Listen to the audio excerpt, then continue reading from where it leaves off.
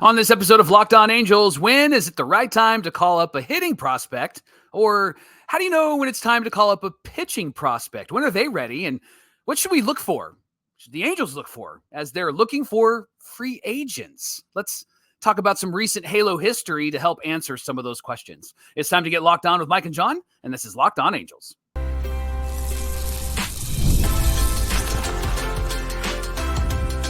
You are Locked On Angels, your daily Los Angeles Angels podcast. Part of the Locked On Podcast Network, your team every day. Thanks for making Locked On Angels your first listen of the day. You can find us anywhere you get your podcast, including Apple Podcasts, Spotify, and SiriusXM by searching Locked On Angels. And if you'd like to get back to the Super Halo Bros for all the Super Halo content, here's some things that you can do. Leave us a rate and a review on Apple Podcasts. If you're watching on YouTube, hit that thumbs up button.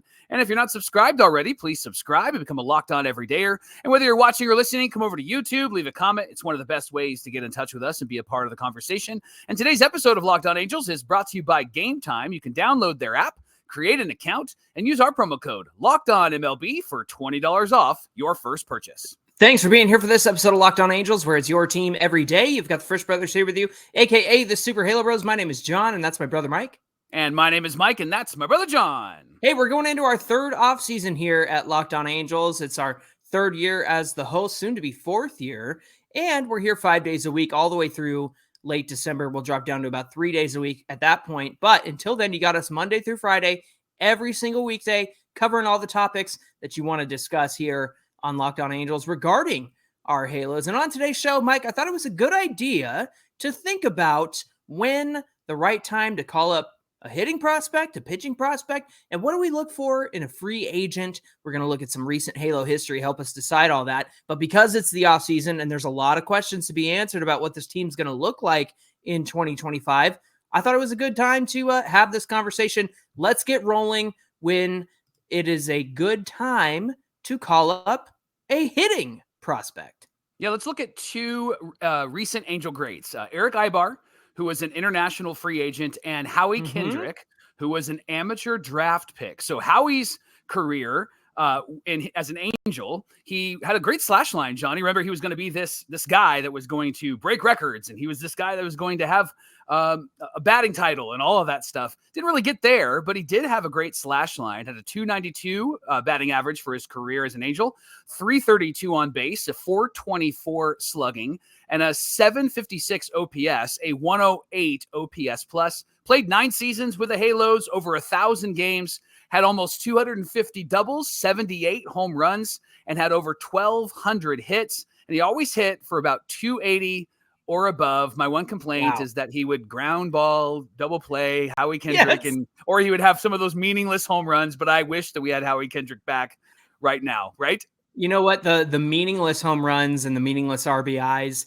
I think, have to do with that 108 OPS plus. That's 8% better than league average. Just not a lot of impactful RBIs or home runs in his career. But Mike, I'll take a 280 hitter at second base for 9 years. I think the lowest was 279. And man, I'm sad you skipped over my my note here about let's talk about Howard. No, the other Howard. You guys remember that? That old Howard's appliance joke from way back when? Mike, you seem thrilled with that. That was a great joke. So, well, listen, Johnny, Howie Kendrick, he was drafted in the 10th round of the 2002 draft at age 18. In 2002, in the Arizona League, he hit 319 with a 776 OPS.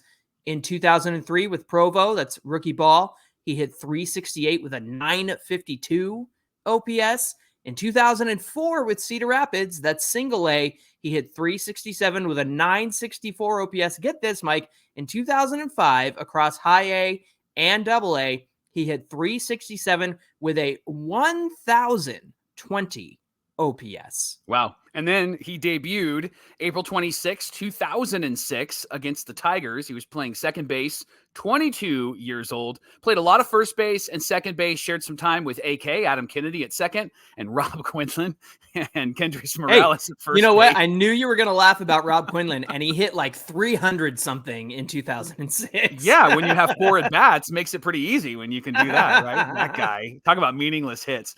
Sorry, Rob. No disrespect. He did get sent. He did did get sent down to AAA and had a great month and then came back in July and had a great rest of the season.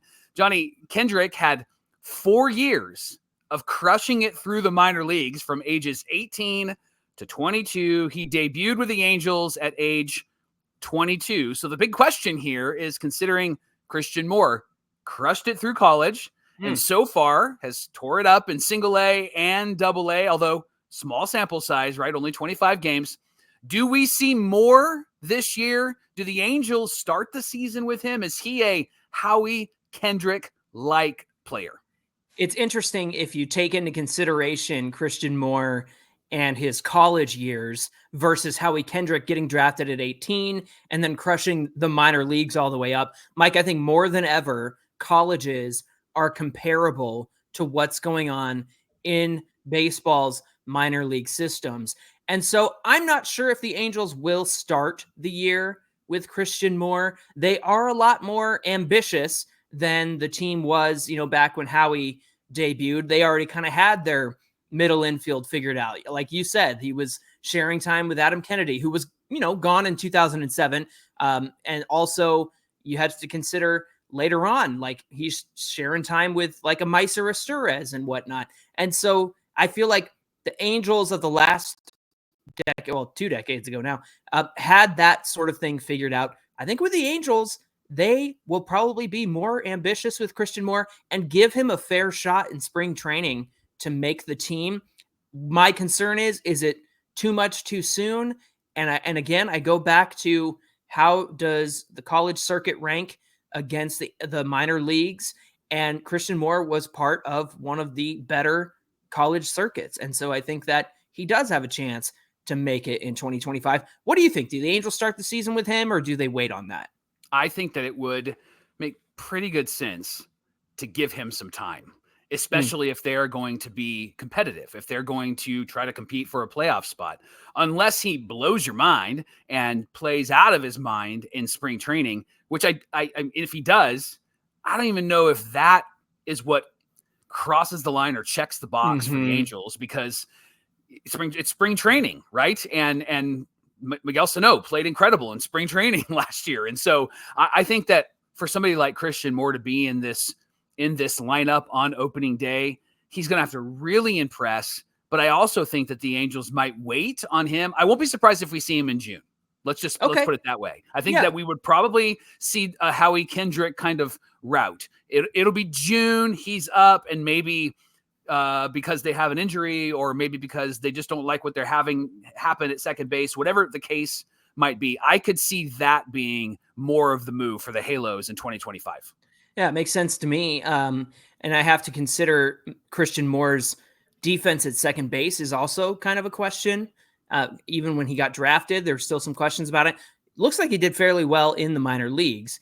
And so that might be something that they hold off on. Now, let's talk about Erick Aybar, Mike. His career as an Angel, he was a 276 batting average career Angel, 315 on base, 378 slugging, 694 OPS, a 93 OPS plus, 10 seasons, 1,220 games, 417 RBIs, 141 stolen bases, 1,223 hits. Man, that's almost 1 hit per game from Erick Aybar in his career as an Angel. He was signed as an international free agent in 2002, debuted with Provo at age 18, a 326 batting average with an 864 OPS in 67 games. 2003, single A, he hit 309 with a 792 OPS in 125 games. 2004, he's in high A, 330, 855 OPS. 2005, he's in double A, 303, 795 OPS. Then finally in 2006, he's in triple A, Salt Lake, they're still there, 283 batting average, 740 OPS in 81 games. He made his debut May 16th against Toronto as a pinch runner and played through July 16th, came back to the Halos on the 25th of August, finished out the season his first year with a 250 average and a 575 OPS. But then, Mike, in 2007, things started to, get more involved with Erick Aybar, right? Yeah, he made the team that year. He played 79 games, started 48 of those games. And there was the team of Howie Kendrick at second base, Orlando Cabrera at shortstop, and Myceris Turris playing in that infield as well. Then in 2008, he played in 98 games, started 90 of them, and he was at shortstop that season. And then 09 was when Ibar became Ibar and became the full-time shortstop for the Halos, hit .312 that season, 8th in the American League, and had the 4th best OPS by AL shortstops, 776 that season. And he was only 23 years old that season. And Ibar's the epitome of, he is a great piece on a team that needs a great shortstop, that needs a guy that's going to turn the lineup over. He's a guy that maybe won't necessarily come through in the big moments. He's a guy that's always going to be on base in those big moments. And I loved Erick Aybar at shortstop for the Halos. And I was sad when they let him go, when they got older, right? Because he was such a great player for us. Now, Josue Lugo is the Angels' number 6 prospect in their system. So the big question, John, is he's going to be just 18 years old on January 24th. Hey, so, that's the day after your birthday. Yes, and I'm just going to be 18 as well. That's right. So is 5 years a good timeline for Lugo? So like 2029, that would be the Ibar path towards the major leagues. Yeah, it seems like, I mean, Ibar did the traditional thing. It was a different, level of the minor leagues every single year of his career until it was like, all right, we got to try him out in the majors. And then even then, Mike, it wasn't like they went, full bore with Erick Aybar. He's coming off the bench. He's, getting starts here and there. And then you gradually see that continue over time. So I don't think that there is a need to rush Josue Lugo, especially when you consider that he can add a lot of power to his game because he's already a big boy at 17 years old. And as your body continues to develop, you gain muscle mass and all of that stuff. I think that is just going to be, the sky's the limit for Josue Lugo. I think 2029, man, that feels so far away, but it'll be here before you know it. But coming in at age 22, age 23, maybe even 21, it really depends on how he performs in each level of the minor leagues. Right now, he's only been in the Dominican Summer League as an Angel. Of course, 17 years old is where everybody starts as an international free agent. But yeah, I think that's a reasonable timeline for him. Not in a rush to get him up. I want to see him fully develop. But what do you think? Yeah, I think that it would be smart for the Angels to be smart with Lugo and give him some time, especially if he's a shortstop, because he is somebody that has somebody in his way, a guy named Zach Neto. I could see him being up there, let's say in 2029, and Zach Neto pulling a Cal Ripken and maybe moving to third base, right? Like I could see some of that happening because Neto will be bigger, stronger at that point, and Lugo, younger, more athletic. You put him at shortstop. If Neto is still around, I hope he's still around. And so I think that's probably the smartest thing. The Angels haven't really done that over the last few years because they've needed to have these young guys on the major league roster. The proof is in the pudding in their history, though, that if they wait and give time for these guys to develop, they can really develop some pretty good players who will have a significant impact at the major league level. Yeah, I know things are different than they were 20 years ago, but you can't argue with a track record of giving guys time. Age 22 is probably a good time for them to be called up and give them at least a fair chance in the majors, at least a look. And we're going to talk about what that means for pitching. Thank you for making Locked On Angels your first listen of the day. Coming up on Locked On Angels, when is the right time to call up a pitching prospect? Well, we're going to look at one of my favorite Angels, I shouldn't say one of the favorite Angel of all time for me, Jered Weaver. We're going to compare that to some of the arms the Angels have, and we'll get to that conversation in just a minute.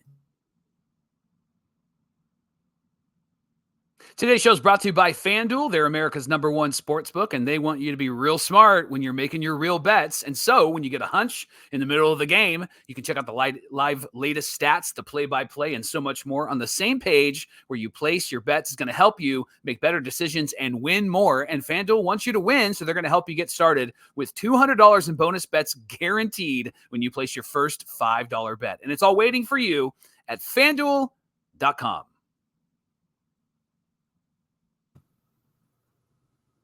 This is the Locked On Podcast Network, where it's your team every day. We want to thank you for making Locked On Angels your first listen of the day. Mike, getting into the pitching conversation, when is it a good time to call up and give a look to a pitching prospect?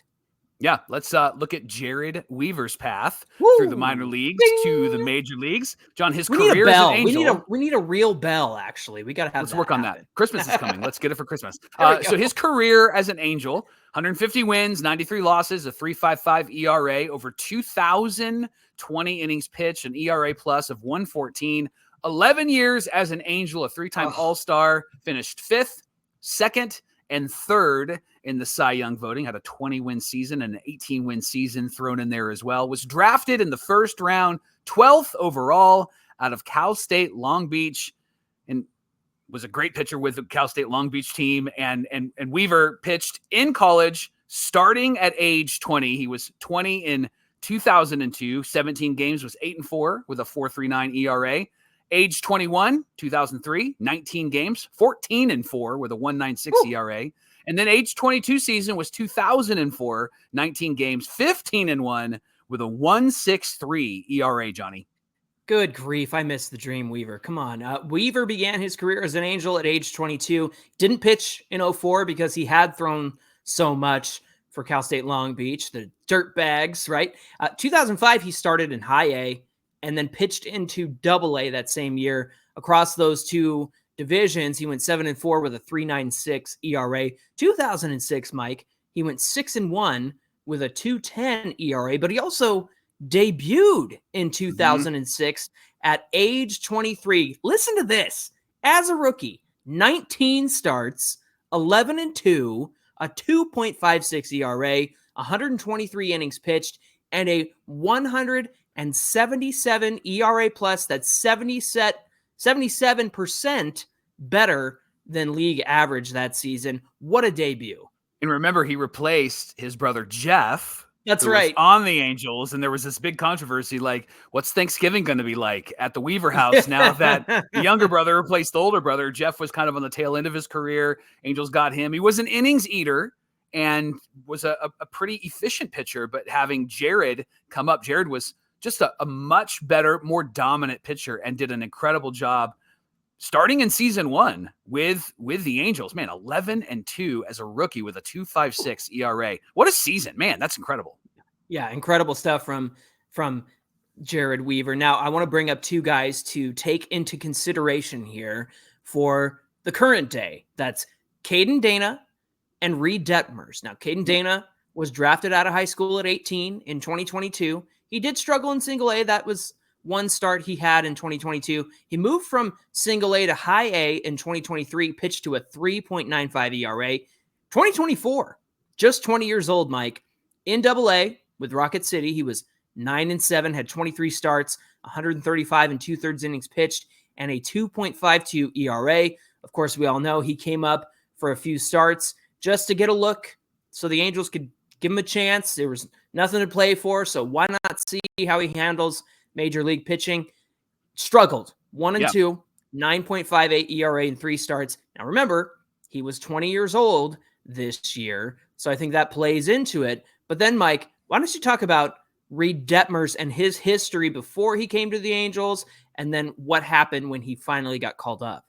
Yeah, was drafted in 2020 out of the University of Louisville at age 20, and his last 2019 at Louisville, his last season there was really solid. 2020 was looking pretty good, but got cut short, of course, because of COVID, and then went to Double A in 2021. He debuted with the Angels at age 21, and I was there for Detmers Day. You were there. You declared it Detmers Day. We know that has really struggled since then. Has had good ups and good downs, and has a great start to this season and then fell apart. So, John, is this a cautionary tale for the Angels when it comes to some of these younger pitchers? Of course, Weaver debuted at age 22. He stuck with the Angels, was really great. Detmers debuted at age 20, and he stayed with the big club, and Dana also got a look, but they haven't been successful like Jered Weaver has had success. Right, of course. And so is it important to wait until Caden Dana has a couple more years under his belt? Yeah, I think if you look at the trajectory of a successful starting pitcher with the Angels, you've got to look at the way Weaver handled things. Now, I will say that Weaver's last 2 years in college were incredible, and Detmers had similar success, probably not on the level of a Weaver. And of course, they're playing in different colleges and different divisions and whatnot. But I think it kind of is a cautionary tale, Mike, because even though you did get a college pitcher, he got called up at 20 years old, 21 years old, not very long afterward. And look, he's had his ups and downs and his lefts and rights, and there are times where we think he looks great and times where he just can't figure things out. I think that bringing him up so quickly has been part of the confidence problem. We heard him speak, I think last offseason on Foul Territory, about how difficult it can be to get adjusted to the major leagues. And you kind of work your way up to that when you go through each division in the minor leagues. And I think this is a cautionary tale with Caden Dana. Look, I don't think it was a problem to bring him up, give him a look and see what he could do. But Mike, I know that age is just a number and you really want to lean into when these guys are ready. But at the same time, I don't think that you should stray too far from this kind of blueprint. Would you agree? Yeah, definitely agree. I think Caden Dana had a great minor league season, but he is 29-7 in Double-A. I'd love to see more of the, and it's not necessarily about wins, but just as an example, I'd love to see more of the 14-1 seasons. I'd love to see more of the 2.93 ERA seasons. That's when you know that he's starting to really figure some things out and he's getting used to being on the mound.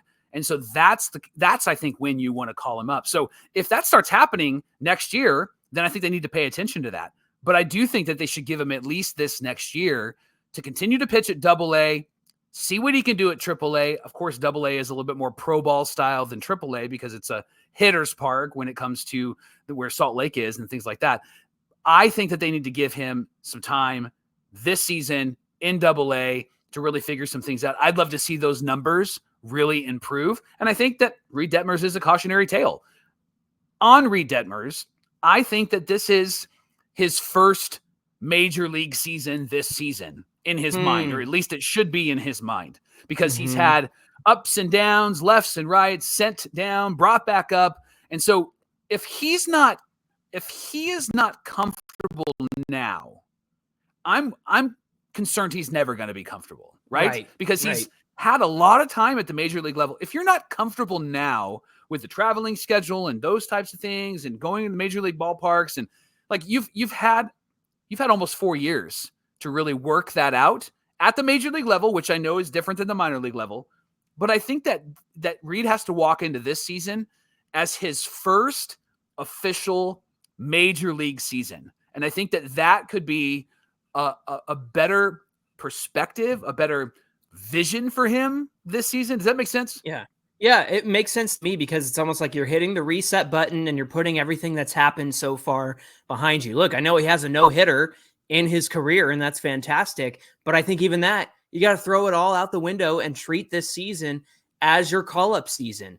And where's he at now? 24 years old at this point? 25, I think? 25, yeah. Yeah, and so I think if you're going to be reasonable about your prospects, then maybe 25 is when you debut. And so I think if he's able to reset his mind and come into the season as, this is my debut season, this is my rookie year, even though it's not, and even though you have accolades in the past, come into this season with a new attitude and treat it like the way that you described. I think that's a really good idea for Reed Detmers to come in with that frame of mind in 2025. Today's episode of Locked On Angels is brought to you by Gametime. They're obsessed with finding ways to save you money on all sorts of tickets. You can get last-minute deals on their app and save up to 60% on sports, comedy, theater, concerts, all of that, so much more. You can save even more with exclusive in-app flash deals on select seats ahead of the time of whatever game you're going to or event that you're participating in. And they have zone deals where you choose the section and they choose the seats, all in pricing, of course. You toggle this on, and then when you get to the very end, it shows you the total up front, no surprise fees, which is always great. You'll get a panoramic view of where you're going to sit before you purchase the seats, and they have the lowest price guarantee, or they are going to credit you 110% of the difference. And your tickets are covered by the best, most flexible customer service policy in the ticketing industry. So take the guesswork out of buying tickets and download the Gametime app today. Use our promo code LockedOnMLB. You're going to get $20 off your first purchase. Again, promo code LockedOnMLB to get $20 off your first purchase. What time is it? Game time. Okay, so we all know that the Angels have had the worst luck with big free agent signings over the last few years. You know, we talk about Anthony Rendon, of course, Josh Hamilton, what didn't turn out so great.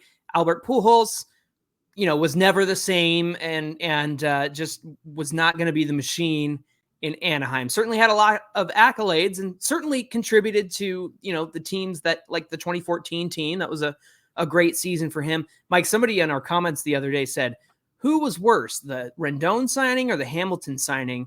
And I said, hey, Hamilton had like a positive OPS plus over 100 both seasons that he played. And Artie Moreno took the risk in signing him and knowing that he could relapse, knowing that he could struggle with his addiction. And then they kind of kicked him to the curb after all of that stuff happened. And at least Hamilton was on the field for the most part. And even when they traded him away, still costs way less than what Anthony Rendon's been getting the last few years. So we've had a lot of bad free agent luck over the last couple of years. Now, I wanted to break it down into two quote unquote big free agent signings, the big ones you want over the offseason, you know, your Juan Soto's of the time, that sort of thing. Let's go back a few years into the 2 decades ago, the 2000s. Mike, let's talk about Vladimir Guerrero Sr. and Gary Matthews Jr. Started out with Vladdy Guerrero. Yeah, Vladdy Guerrero was a consistent hitter throughout his entire Expos career. Remember the Expos? He had a 300 average with them, and it was better than that most of the years from 97 to 2003. Consistent K percentage, walk percentage, pull percentage. It just goes to show you that Vladdy wasn't changing things at the plate. He was staying consistent for the most part, and he was really, really good at what he was doing at the plate. He was 29 years old when he first came to the Halos. And remember, most free agents are about that age, 28, 29, 30, when they show up to the new team. I remember how stoked I was when we got Vladdy Guerrero. I was on a bus at a youth group trip, and I texted Locked On Everyday or Cope, and I said, we got Vladdy Jr. We were so excited, and he felt like the last real good free agent signing for this club, which was over almost 20 years ago, which is sad and pathetic as well, right? Yeah, over 20 years ago. Look, I want to reiterate that point. Most guys, listen, everybody, lean in. I'm going to tell you right now, most free agents are not free agents for the first time until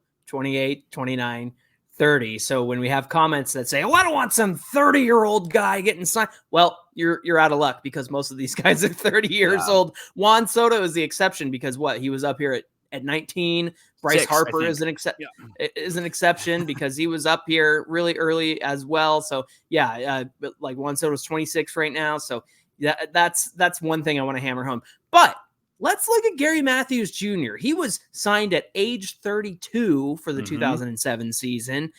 So 31 to 32. He had an all-star season in Texas in 2006. Mike, it turns out that was his only all-star season in his career. And that's the issue. Matthews had a career year before he signed with the Angels. That sound familiar, everybody? He had a 313 batting average, 371 on base, 495 slugging, 866 OPS with a 121 OPS plus. That's 21% better than league average. But if you go back through his career, the 8 years, there were only 2 times out of 8 years that he had an OPS plus over 100. And one of them was the 2006 year, right before the Angels signed him and gave him that money. Yeah. And so you might be asking yourself, well, wasn't Rendon consistent like over his career? And he was. And that's the issue. He started out really strong in 2020 with the Angels. It was unfortunate that it was a shortened season because of COVID. And then it's been just injuries and bad health for Rendon ever since then. Right, Johnny? Like he's just not really been on the field. And we talked about that just a couple of days ago. And I think that's an important distinction. You can make a bad signing like Gary Matthews Jr., but you can also make a signing for somebody like Rendon and think, hey, he's been consistent over his career. He's done great, but then he gets hurt. And I would say even the same thing with Pujols. Yeah, he was already older and whatnot. But Mike, once Pujols had the plantar fasciitis and his legs and knees and feet were bothering him, just wasn't the same guy for the rest of his career.